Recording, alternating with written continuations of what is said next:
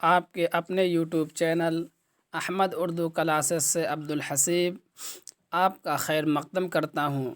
تو آئیے آج ہم پڑھتے ہیں شمالی ہند حصہ دوم کو۔ آج ہم پڑھیں گے سب سے پہلے یقین کو۔ ویڈیو شروع کرنے سے پہلے ہم چاہتے ہیں کہ آپ سے ایک درخواست کریں، آپ ہمارے YouTube channel Ahmad Urdu classes کو سبسکرائب کر لیجئے اور اپنے دوستوں کے پاس شیئر بھی کر دیجئے۔ تو چلیے یقین کے بارے میں پڑھتے ہیں۔ یقین کا نام ہے انعام اللہ خان۔ ان کے والد ہیں شیخ ظہیر الدین۔ انعام دہلی میں پیدا ہوئے۔ ان کے والد نے ان کو 1129 ہجری میں 25 برس کی عمر میں قتل کیا۔ دیوان میں ان کے 170 غزلیں ہیں اور سب 5 شعر کی ہیں، یعنی انہوں نے مخمس لکھا ہے۔ کیا لکھا ہے؟ مخمس۔ فرحت اللہ بیغ نے ان کا دیوان حیدرآباد سے شائع کیا۔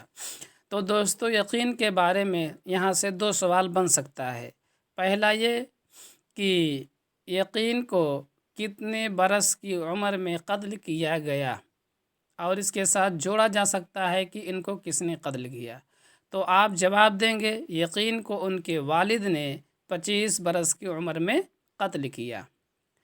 اور دوسرا سوال ان کے متعلق بن سکتا ہے کہ ان کے غزل میں، ان کے جو غزلیں ہیں وہ کس شکل میں ہیں، مسدس، مربع، مخمس۔ تو آپ جانیے کہ ان کے دیوان میں جو 170 غزلیں ہیں سب کے سب مخمس ہیں، یعنی 5 شعر اس میں ہیں۔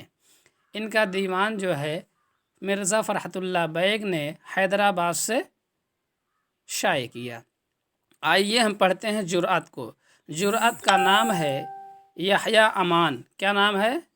یحییٰ امان۔ یحییٰ امان قلندر بخش کے نام سے مشہور ہوئے۔ ان کے والد ہیں حافظ امان، جعفر علی حسرت کے شاگرد ہیں۔ انشاءاللہ خان سے ان کا مقابلہ رہتا تھا۔ کس سے مقابلہ رہتا تھا؟ انشاءاللہ خان انشا سے۔ جوانی میں جرأت کیا ہو گئے؟ اندھے ہو گئے۔ دہلی اجڑنے پر فیض آباد آئے اور جوان ہوئے۔ 1270 ہجری میں لکھنؤ آئے۔ شاہ عالم ثانی کے بیٹے مرزا سلیمان شکوہ کے دربار سے وابستہ رہے۔ ان کا انتقال 1810 عیسوی کو ہوا تھا۔ تو ان کے بارے میں پوچھا جا سکتا ہے کہ جرأت کا مقابلہ کس سے رہتا تھا؟ تو آپ بتائیں گے انشاءاللہ خان سے ان کی مقابلہ آرائی ہوا کرتی تھی، چشمک ہوا کرتی تھی۔ ان کا انتقال لکھنؤ میں ہوا ہے۔ آئیے آگے پڑھتے ہیں ہم انشاءاللہ خان انشا کو، جو بہت ہی مشہور ہیں۔ ان کا نام سید انشاءاللہ خان ہے۔ ان کے والد حکیم میر ماشاء اللہ خان تھے۔ ان کے بزرگوں کا وطن نجف ہے۔ نجف آپ جانتے ہیں کہ دہلی کے پاس ایک جگہ ہے جو نجف کے نام سے مشہور ہے۔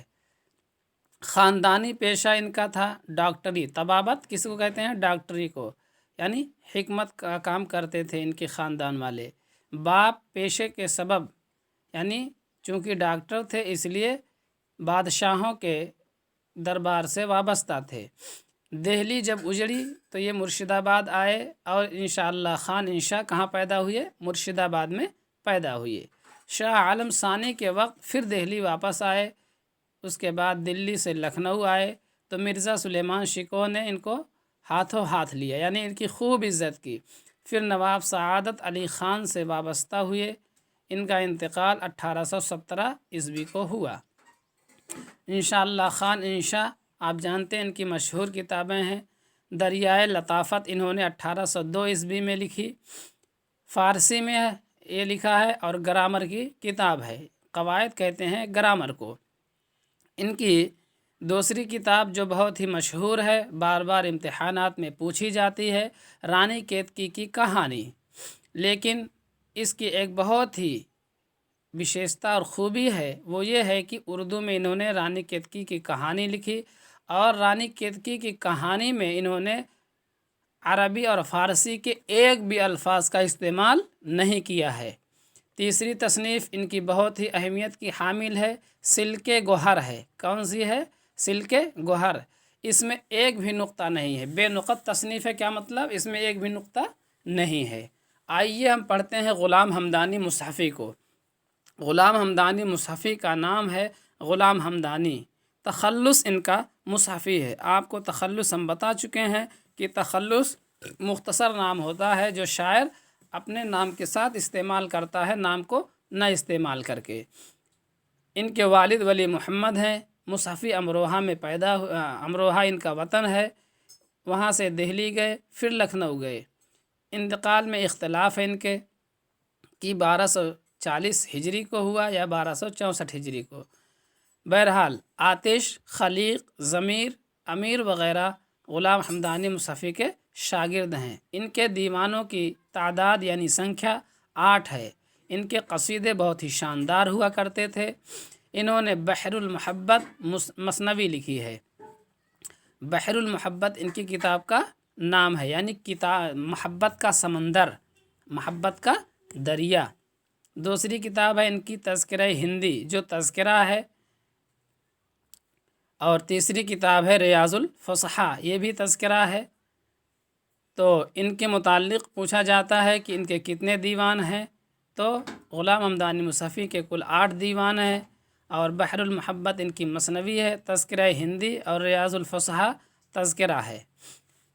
اثر ان کا نام سید محمد ہے، خواجہ میر درد کے چھوٹے بھائی ہیں۔ دیوان مختصر ہے، غزلیں ان کی چھوٹی بحر میں ہیں۔ آئیے ہم نذیر اکبر آبادی کو پڑھتے ہیں۔ نذیر اکبر آبادی کا نام ولی محمد ہے۔ آزاد کے مطابق، آزاد کا مطلب مولانا محمد حسین آزاد کے مطابق پیدائش ان کی نادر شاہی دور میں ہوئی۔ ولی جو ہے 1739 عیسوی میں پیدا ہوئے۔ احمد شاہ ابدالی کے زمانے میں آگرہ آئے۔ عہد کا مطلب ہوتا ہے زمانہ، سمے، کال۔ کلیات نذیر انہوں نے لکھی ہے۔ ان کو ولی محمد ان کا اصل نام ہے، لیکن نذیر اکبر آبادی کے نام سے مشہور ہوئے۔ انہوں نے ہولی، دیوالی وغیرہ نظمیں لکھی ہیں۔ ناسخ شیخ امام بخش، ناسخ کو ہم پڑھتے ہیں۔ ان کا نام ہے امام بخش۔ ان کی پیدائش فیض آباد میں ہوئی تھی، بعد میں یہ لکھنؤ آئے اور پہلوان تھے۔ مصحفی اور عیسیٰ خان کے یہ شاگرد ہیں، غلام حمدانی مصحفی کے شاگرد ہیں۔ انہوں نے نواب غازی الدین حیدر کا عطا کیا ہوا خطاب، ملک الشعراء کا خطاب جو ہے واپس کر دیا تھا۔ ان کا انتقال لکھنؤ میں ہوا 1348 عیسوی میں۔ تو ان کے متعلق پوچھا جاتا ہے کہ ان کی پیدائش کہاں ہوئی۔ شیخ امام بخش ناسک کی پیدائش فیض آباد میں ہوئی اور انتقال ان کا لکھنؤ میں ہوا۔ آئیے ہم پڑھتے ہیں خواجہ حیدر علی آتش کو۔ خواجہ حیدر علی ان کا نام ہے، دہلی کا خاندان تھا ان کا۔ خواجہ علی بخش ان کے والد تھے جو دلی سے فیض آباد آئے اور پھر آتش فیض آباد میں پیدا ہوئے۔ آتش جو ہے یہ بھی غلام حمدانی مصحفی کے شاگرد ہیں۔ آخری عمر میں یہ اندھے ہو گئے تھے۔ ان کے غزلوں کا دیوان ہے۔ آئیے ہم بہت ہی مشہور جو ہے مثنوی نگار کو پڑھیں، دیا شنکر نسیم۔ ان کا نام ہے پنڈت دیا شنکر۔ ان کی پیدائش 1811 عیسوی میں لکھنؤ میں ہوئی تھی۔ والد ان کے جو تھے یعنی ان کے باپ جو تھے پنڈت گنگا پرساد کول تھے۔ نسیم جو ہے آتش کے شاگرد ہیں۔ ان کا انتقال 1843 عیسوی کو ہوا تھا۔ انہوں نے دیوان نسیم لکھا ہے۔ گلزار نسیم ان کی مثنوی ہے جو بہت ہی مشہور ہے۔ آئیے ہم پڑھتے ہیں نصیر کے بارے میں۔ نام نصیر الدین ہے، سیاہ فام تھے یعنی کالے تھے، اس وجہ سے ان کو کلو میاں کے نام سے جانا جاتا ہے۔ والد کا نام ہے شاہ غریب۔ ان کا گھر وطن دہلی ہے۔ محمدی سائل کے شاگرد ہیں نصیر۔ حیدرآباد میں 1374 میں ان کا انتقال ہوا۔ آئیے ہم ذوق کو پڑھتے ہیں جو بہت ہی مشہور شاعر گزرے ہیں۔ ان کا نام ہے شیخ ابراہیم۔ ان کے والد کا نام ہے شیخ محمد رمضان۔ ان کی پیدائش دلی میں ہوئی۔ شاہ نذیر اور حافظ غلام رسول کے شاگرد ہیں۔ 18 سال کی عمر میں ان کو خاقانی ہند کا خطاب ملا، بعد میں خان بہادر کا خطاب بھی ملا۔ تو ذوق کو 2 خطاب ملے، خاقانی ہند اور خان بہادر۔ ان کا انتقال 1854 عیسوی میں ہوا۔ قصیدہ نگاری میں بہت ہی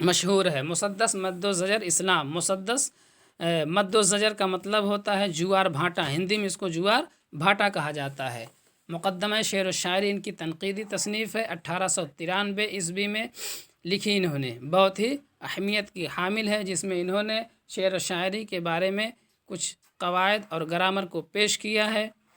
اور سوانح جو انہوں نے لکھی اس میں حیات سعدی لکھی ہے۔ یادگار غالب کو بہت ہی اہمیت حاصل ہے، کیونکہ غالب کی یادگار میں جو کتاب انہوں نے یادگار غالب لکھی تھی، اس سے غالب کے نکات ان کے طرز کلام پر بہت ہی اچھی طرح سے روشنی پڑتی ہے۔